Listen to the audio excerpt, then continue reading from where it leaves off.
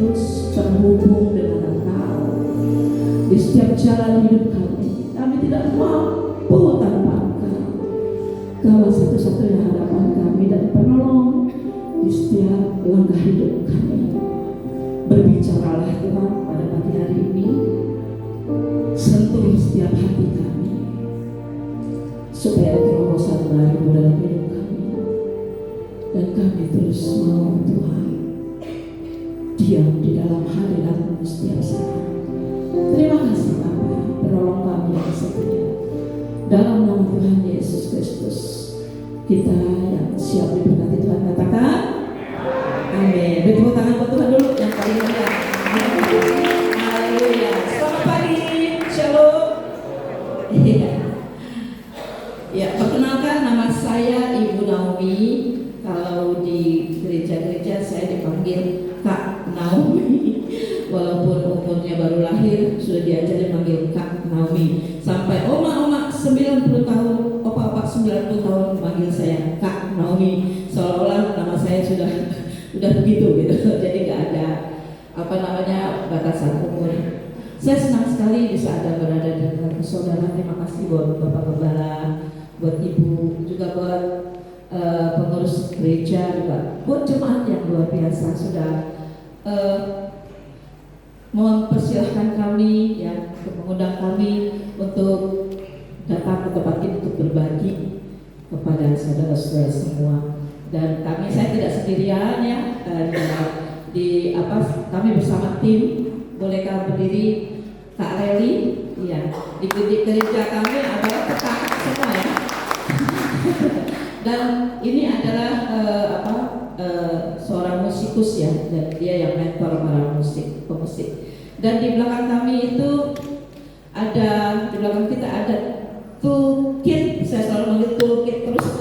Saya harus hati-hati bagi dia. Toolkit, ya, boleh toolkit lama dengan tangan dia soundman juga multimedia, dia mentor soundman dan multimedia. Senang sekali. Saudara senang bertemu kami? Iya. Baik, puji Tuhan, tidak berlama-lama kita akan masuk di dalam firman Tuhan. Mari kita berdoa terlebih dahulu. Bapa, kami percaya firman-Mu pagi ini membawa kami dalam jalan-jalan kebenaran-Mu, dan kami boleh meninggalkan masa lalu kami Tuhan. Kami boleh berjalan maju untuk kemuliaan nama-Mu. Dalam nama Tuhan Yesus kita katakan amin. Mari kita buka, saudara-saudara terkasih. Sudah bisa multimedianya? Ya, Mazmur 42 ayat 1 sampai 9. Mengapa engkau tertekan hai jiwaku? Ya, apakah saudara bisa ada Alkitab? Atau bisa ditayangkan? Ya, Mazmur 42, kerinduan kepada Allah untuk pemimpin biduan, nyanyian berganjaran Bani Korah. Seperti rusa yang merindukan sungai yang berair, demikianlah jiwaku merindukan Engkau ya Allah. Jiwaku haus kepada Allah yang hidup. Bilakah aku boleh datang kepada melihat Allah? Air mataku menjadi makananku siang dan malam. Karena sepanjang hari orang berkata kepadaku, di mana Allahmu? Inilah yang hendak ku ingat sementara jiwaku gundah gulana. Bagaimana aku berjalan maju dalam kepadatan manusia, mendahului mereka melangkah ke rumah Allah dengan suara sorak-sorai dan nyanyian syukur dalam keramaian orang-orang yang mengadakan perayaan. Ayat 6. Mengapa engkau tertekan hai jiwaku dan gelisah di dalam diriku? Berharaplah kepada Allah, sebab aku akan bersyukur lagi kepadanya, penolongku dan Allahku. Ayat 7. Jiwaku tertekan dalam diriku, sebab itu aku teringat kepadamu dari tanah sungai Yordan dan pegunungan Hermon, dari gunung Misbar. Samudra raya berpanggil-panggilan dengan deru air terjunmu, segala gelora dan gelombang bergulung melingkupi aku. Tuhan memerintahkan kasih setianya pada siang hari, dan pada malam hari aku menyanyikan nyanyian suatu doa kepada Allah kehidupanku. Ya, sampai di situ pembacaan firman Tuhan kita pada pagi hari ini. saya memberikan tema pada hari ini, mengapa engkau tertekan, hai jiwaku. Mazmur 42 ini ditulis oleh pemazmur Bani Korah, ya, yang merasa tertekan karena pengasingan jauh dari Yerusalem, tempat mereka beribadah, dan ia terus-menerus dibully, diejek, di mana Allahmu. Mereka merasa sedih, tertekan, dan tidak berdaya. Demikian juga dengan kita, ya saudara. Pasti setiap kita mengalami yang namanya tertekan, ya, jiwa yang tertekan di dalam kehidupan kita, merasa jauh dari Tuhan, seolah-olah Tuhan tidak mau menolong kita, putus harap dan tawar hati. Tetapi sebenarnya tidak demikian, saudara-saudara, ya. Ya, next, bagaimana kita bisa menang dari tekanan? Ya, bagaimana kita bisa menang dari tekanan? Yang pertama yang kita harus lakukan, jangan jauh dari Tuhan. Mazmur 42 ayat 1, 2, dan 4. Kita baca sama-sama. Untuk pemimpin biduan, nyanyian pengajaran Bani Korah, seperti rusa yang merindukan sungai yang berair, demikianlah jiwaku merindukan Engkau, ya Allah. Air mataku menjadi makananku siang dan malam, karena sepanjang hari orang berkata kepadaku, di mana Allahmu? Iya, jangan jauh daripada Tuhan. Amin. Karena pertolongan kita hanya pada Tuhan. Dari kemarin Pak Gembala dan Bu Gembala, kok Naomi tidak boleh makan bakar-bakaran, ya. Jadi saya akan bersaksi di sini. Saya bukan pendeta, tetapi saya adalah mentor puji-pujian, mentor penyembahan. Tetapi kalau sampai saat ini saya diberikan kesempatan untuk berbagi, hidup, sharing firman, itu karena Tuhan yang sudah mengutus saya. Dan nanti sore Kak Reli akan membawakan tentang puji-pujian. Ya, saya bersaksi, saya adalah seorang ibu rumah tangga, ya. Saya menikah hanya 2 tahun di tahun 1995. Mungkin juga itu bukan dari Tuhan, ya, sayanya aja yang memilih dia, Tuhan bukan dia, tapi saya memilih dia. 2 tahun pernikahan itu kami dikaruniai seorang anak. Jadi 2095 sampai sekarang 31 tahun yang lalu, ya. Kami dikaruniai seorang anak, lahir 3 bulan lalu meninggal dunia. Kita tuh lagi senang-senangnya, ya, saya dengan suami itu lagi happy gitu punya, karena baru rumah tangga baru, ya, happy benar punya anak, punya rumah tangga. Tapi tiba-tiba dia meninggal dunia. Itu membuat saya kayak, Tuhan, kok gitu sih? Saya kan dari muda, ya, dari suka melayani Tuhan, kok saya mendapatkan anak sampai harus meninggalkan saya di umur 3 bulan, masih bayi. Itu membuat saya kecewa, ya, kecewa sekali. Tapi kita nggak bisa kecewa sama Tuhan, ya. Dan memang itu udah jalan-jalan hidup yang Tuhan sudah beri kepada saya pribadi. 2 bulan kemudian suami saya menceraikan saya secara sepihak. Dari dalam 2 bulan itu saya kehilangan anak dan kehilangan suami. Bisa bayangkan, lagi happy di rumah tangga baru, tiba-tiba harus kehilangan anak, kehilangan suami saat itu juga 2 bulan. Dan dia langsung nikah lagi di Tepekong karena dia orang muda, ya. Itu membuat saya, aduh Tuhan, saya mau bunuh diri 3 kali saat itu. Kesaksian saya ini sudah ada di Solusi, ya, di STTV itu tahun 2010. Itu saya diminta kesaksian. Dan karena kesaksian ini saya suka diundang kemana-mana untuk menyaksikan, ya, pekerjaan Tuhan yang luar biasa.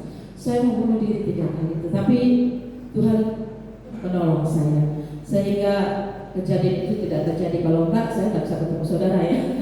Dan puji Tuhan, saudara terkasih, saat itu kakak saya bilang, saya di mentor sama kakak saya tinggal di kontrakan di Jakarta, ditarik, kamu tinggal sama saya. Di situ saya dilindungi sama kakak saya, dan di situ kakak saya bilang, kamu kan dari muda sudah pelayanan, coba kamu cari Tuhan. Nah, saya kecewa sama Allah. Saya nggak suka, saya kecewa sekali sama Tuhan. Kemarin ada yang cerita sama saya, anaknya 11 tahun meninggal itu, dia juga cerita. Dia bilang, saya kecewa sama Tuhan, saya nggak mau ke gereja. Sama, saya bisa ngerasain, tapi saya nggak cerita aja kemarin tentang kehidupan saya juga. Itu saya bisa rasa. Kalau dia sampai kecewa sama Tuhan, itu saya bisa rasa juga saat itu. Tapi puji Tuhan saya juga, waktu saya pertama kali masuk ke gereja dalam keadaan yang luka luar biasa, teman-teman saya menyanyikan vokal grup ya, Priscilla, kalau sudah tahu itu, Priscilla grup menyanyikan, Yesus, aku mau melangkah lebih tinggi dari hidup yang lama.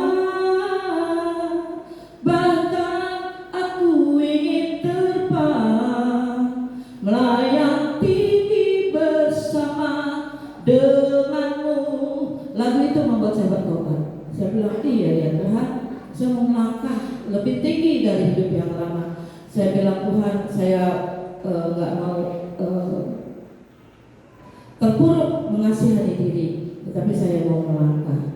Ya, yang kedua, bagaimana kita bisa menang dari tekanan? Ya, pertama, jangan jauh dari Tuhan. Yang kedua adalah ya, bertobat dan mendekat pada Allah dengan kerendahan hati. Ya, bertobat ya. Di saat melayani ibu-ibu di gereja kami, mereka datang pada saya, Kak, aku ngalamin rumah tangga, suami saya begini, anak saya begini. Saya bilang, hanya satu sih saya tanya sama dia, bagaimana hubunganmu sama Tuhan? Itu aja. Karena kalau hubungan kita itu baik sama Tuhan, apapun di depan kita akan kuat. Amin. Kita akan tetap teguh di dalam Tuhan kalau kita dekat sama Tuhan, kalau kita tidak jauh dari Tuhan. Yang kedua adalah bertobat dan mendekat pada Allah. Kita baca ayatnya, jiwaku haus kepada Allah yang hidup. Bilakah aku boleh datang melihat Allah? Ya, di situ di bot ya, bilakah aku boleh datang melihat Allah? Ya, yaitu kerendahan hati kita. Kita datang, Tuhan, saat saya juga mengalami terpuruk-terpuruknya hidup saya, enggak pahitnya luar biasa ya kepada mantan suami saya. Itu saya hanya datang kepada Tuhan, Tuhan tolong saya. Waktu itu teman-teman juga kebetulan ada doa puasa ya di puncak, saat itu di puncak Bogor. Saya ikut sama mereka.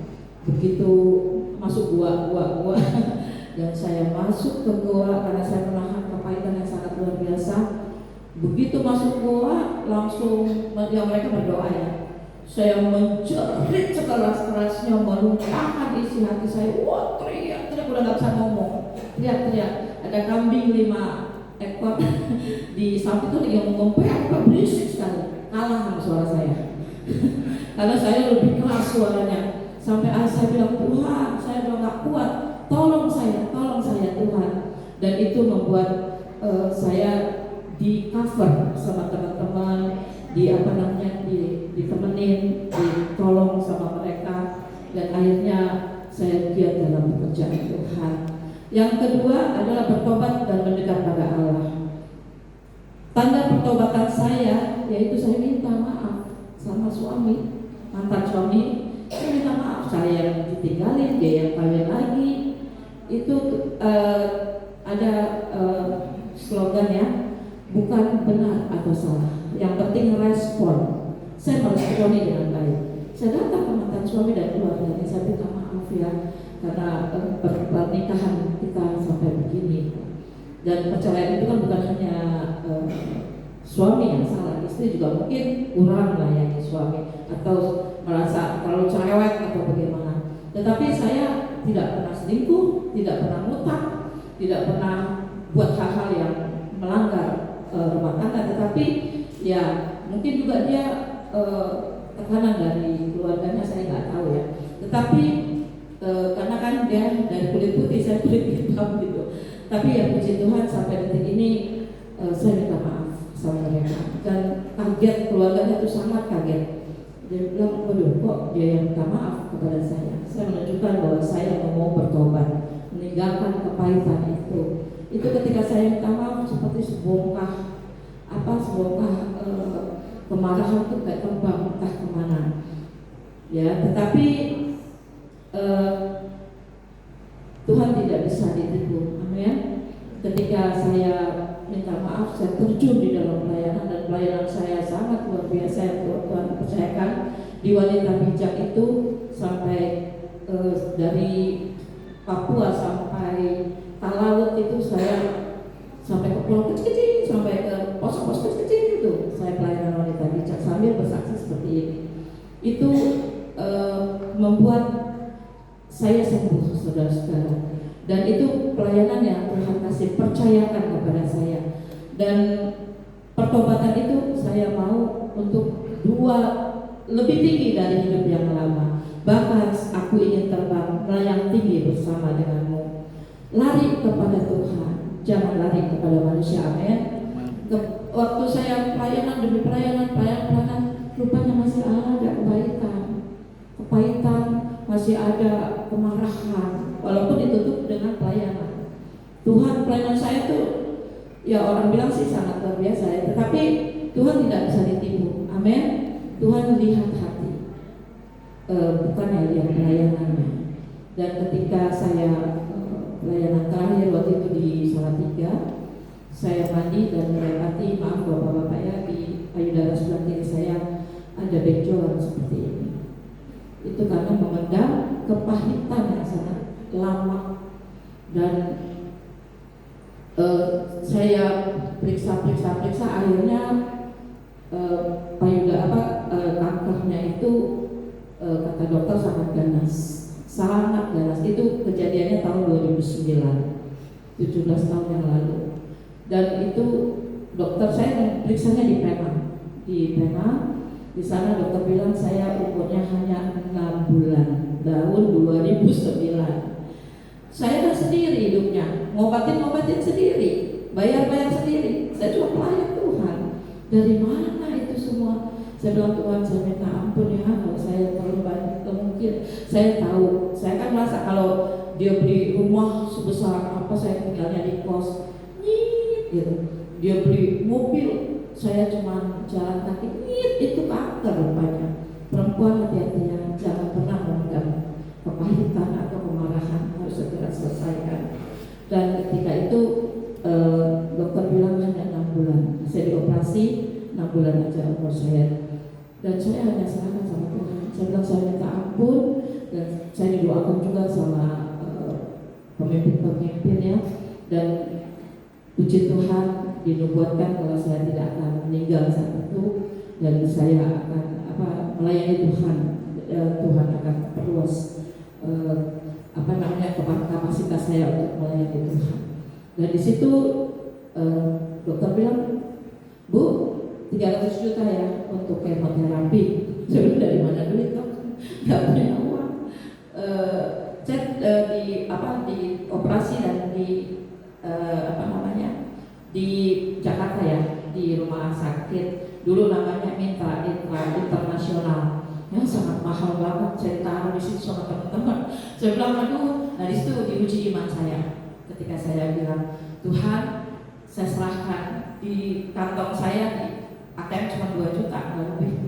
Itu waktu itu 28 juta ya. Itu harus keluar uang saat itu. Di luar kemoterapi 300 juta. Akhirnya saya bilang, Tuhan tolong saya ya terserah, saya serahkan sama Tuhan. Akhirnya dokter bilang, oke, ibu nggak mampu ya, oke nggak apa-apa, nggak usah hari ini. Tapi ya gimana dokter ya, terserah pasien kan.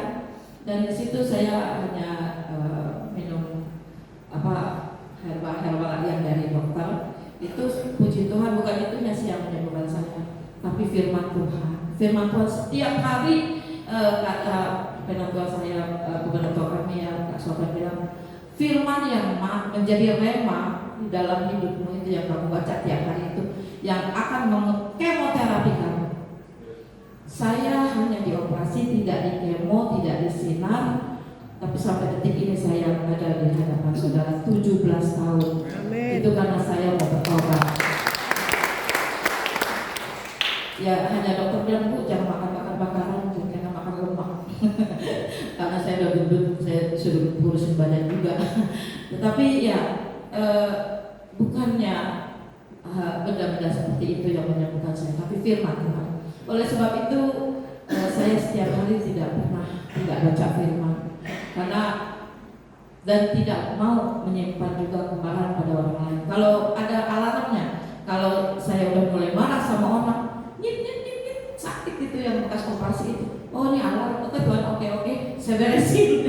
Dan puji Tuhan sampai detik ini ya, melalui manusia ya, setiap hari kan ada aja masalahnya, tapi Tuhan menolong sehingga saya boleh hidup sampai detik ini. Iya. Next kita yang ketiga ya. Maju bahkan berlari giat dalam pekerjaannya. Itu dia. Kita baca. Inilah yang hendak ku ingat sementara jiwaku gundah gulana. Bagaimana aku berjalan maju dalam perpadatan manusia, mendahului mereka yang melangkah ke rumah Allah dengan suara sorak-sorai dan nyanyian syukur dalam keramaian orang-orang yang mengadakan perayaan. Mengapa engkau tertekan hai jiwaku dan gelisah dalam diriku? Berharaplah kepada Allah, sebab aku akan bersyukur lagi kepadanya, penolongku dan Allahku. Saya tidak lari kepada siapapun, tapi saya lari kepada ke rumah Allah.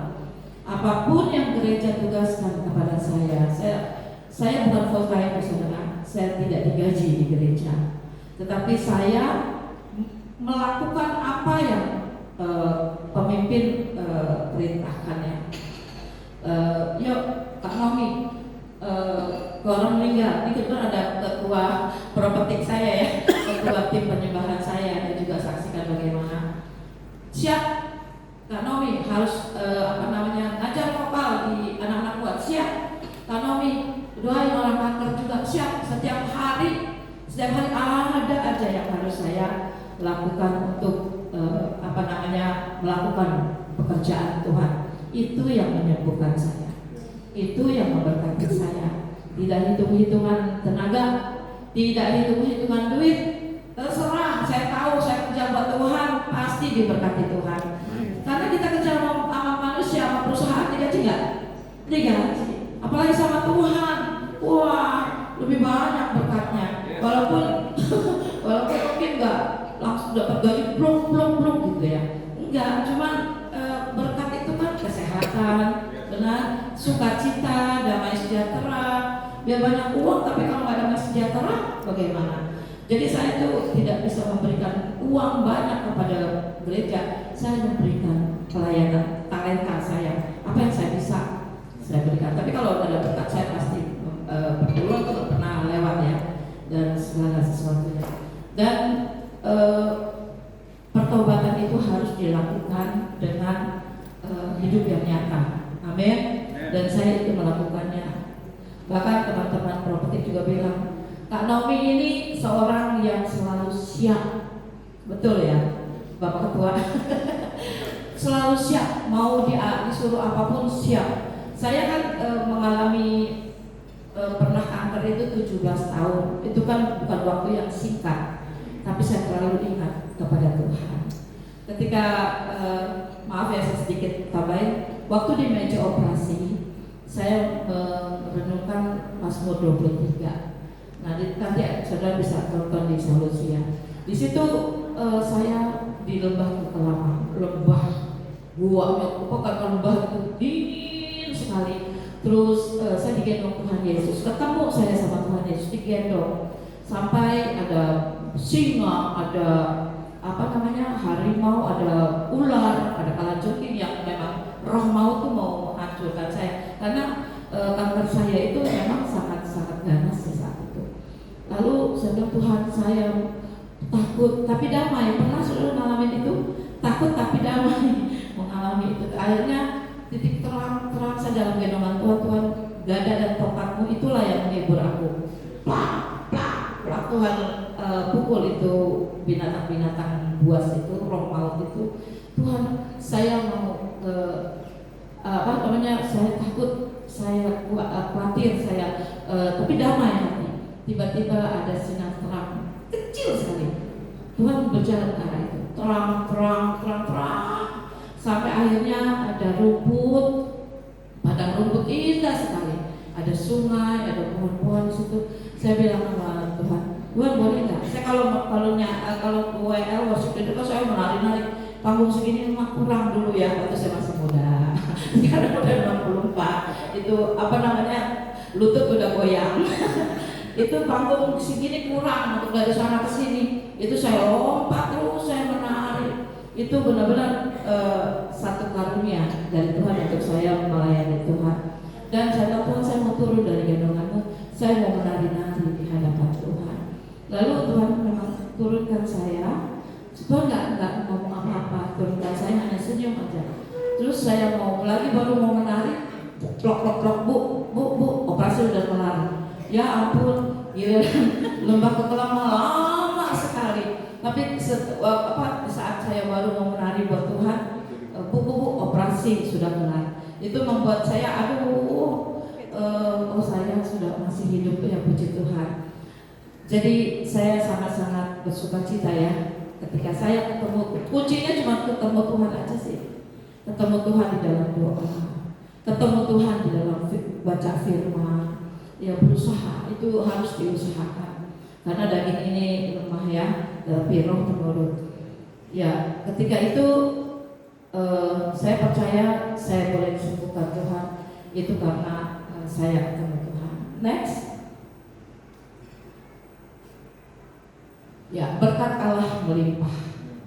Samudra raya berpanggil-panggilan dan dengan deru air terjunmu, segala gelora dan gelombangmu beruling melingkupi aku. Tuhan memerintahkan kasih setianya pada siang hari dan pada malam hari aku menyanyikan nyanyian suatu doa kepada Allah dari kehidupanku.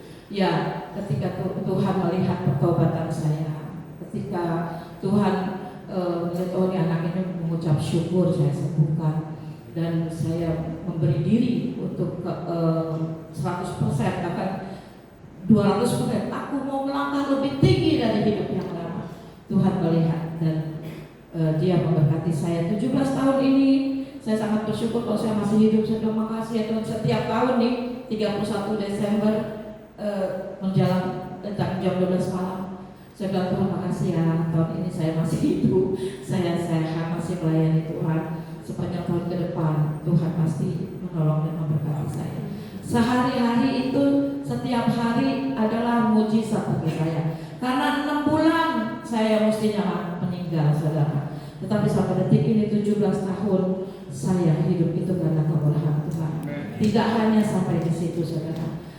Saya seorang janda dan 31 tahun saya menjaga, dan itu saya tidak ada yang membiayai saya 1 rupiah pun. Tetapi Tuhan, saya hanya ngajar vokal. Kalau mungkin di sini ada guru ya, guru private gitu. Kalau ada murid ya ada uang. Tapi kalau nggak ada murid ya amin. Tapi saya tidak pernah kelaparan. Bahkan saya dikasih mobil 3 kali. Itu kan di luar nalar 3 kali sama orang yang digerakkan Tuhan. Mobil pertama itu tahun 2007, 2010 mobil kedua yang sudah mogok-mogokan karena sudah 16 tahun saya pakai dia, pakai Avanza itu.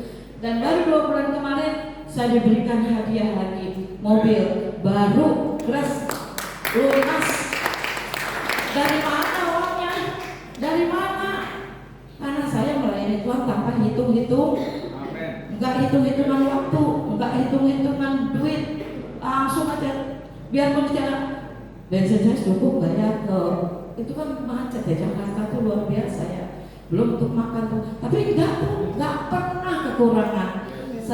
Seolah-olah kayaknya mengucur terus deras. Saya bilang Tuhan terima kasih, Tuhan itu baik banget buat saya.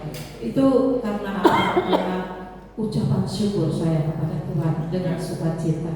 Dan saya juga berjanji sama Tuhan, saya bernasar sama Tuhan, karena Tuhan waktu saya selesai operasi itu Tuhan satu kasih ayat 1 Petrus 2 ayat 24. Tuhan Yesus sendiri yang menanggung segala dosa-dosa saya, pemberontakan saya, penyakit saya, kanker saya, di kayu salib sendirian loh ya. Di kayu salib agar saya yang telah mati terhadap dosa. Orang yang mati dalam dosa kan nggak bisa bikin dosa lagi ya, tapi walaupun pastilah ada ya, kita tanpa sadar atau dengan kesadaran, tapi Tuhan mengampuni. Hidup untuk kebenaran, dan saya mau hidup dalam kebenaran Tuhan. Oleh bilur-bilur Tuhan Yesus saya telah sembuh. Itu yang membuat saya sembuh saat ini, dan saya boleh melakukan talenta saya bagikan kepada siapapun yang memerlukan, dan doa. Dan ketika saya diberkati Tuhan ya, saya juga nggak mimpi untuk menjadi pemimpin PKS ya, nggak mimpi sama sekali. Saya hanya maunya jadi WL aja, ngajar vokal aja, mentor. Tapi saya tahun ini ya, iya saya diberikan kepercayaan jadi pemimpin Komsel. Yang lebih berat lagi bagi saya, di bawah saya itu penatua. Aduh Tuhan, terus Bapak ketua saya, ketua tim properti, baru pemimpin area saya Pak Budiman, itu di bawah saya semua saudara. Waduh, saya bilangnya apa-apaan ya. Kalau sama jemaat biasa sih saya pikir itu sama-sama lah kita, tapi ini pemimpin di bawah saya. Itu saya bilang Tuhan tanggung jawabnya sangat besar, tapi saya percaya mereka, dan saya tahu mereka mendukung saya terus didukung. Kamu bisa. Itu adalah Tuhan memberikan kapasitas yang lebih besar lagi. Saya percaya saudara juga mungkin yang mengalami tekanan pada hari ini, tekanan ekonomi, mungkin saudara mengalami sakit, mengalami kesulitan. Tuhan memberi pertolongan. Kalau saya ditolong, saudara juga pasti ditolong. Amin. Mari kita tundukkan kepala, mari silakan pemusik. Walaupun gunung tak pindah, kita percaya. Haleluya.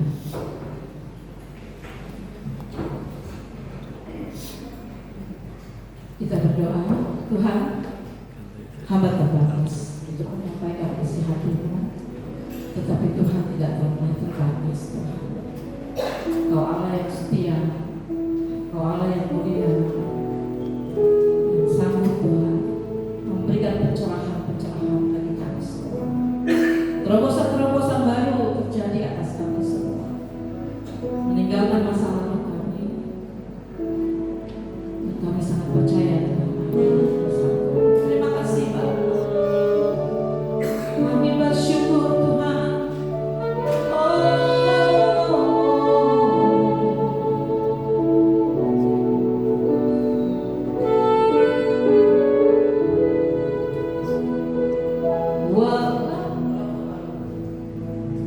Dari ref ya.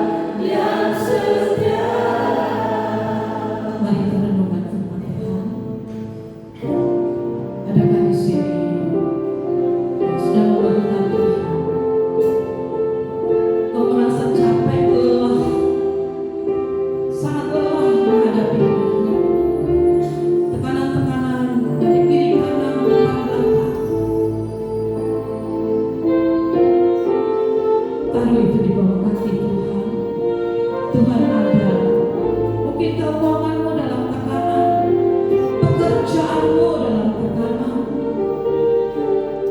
Tuhan ada di tengah kita. Dia sudah membuka tangannya di hadapanmu. Taruh semua di kaki.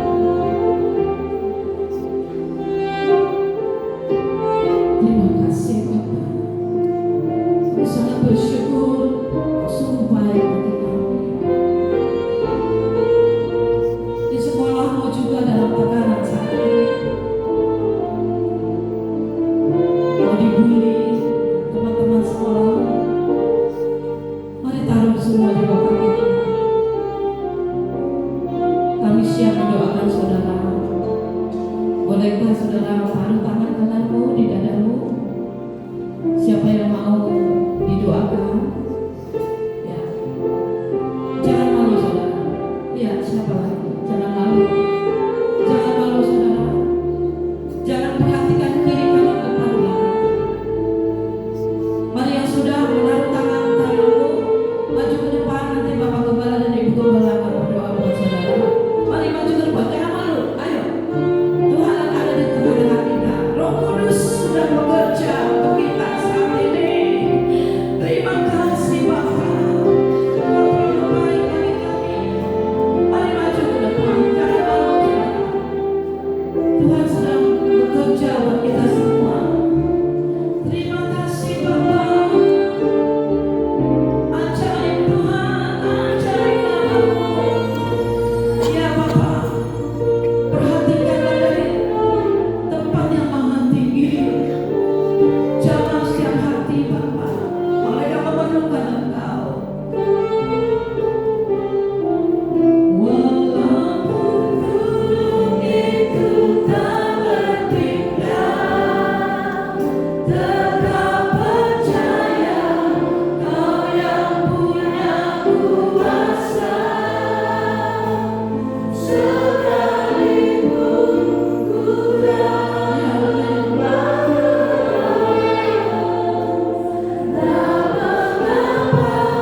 asal Kau di sampingku.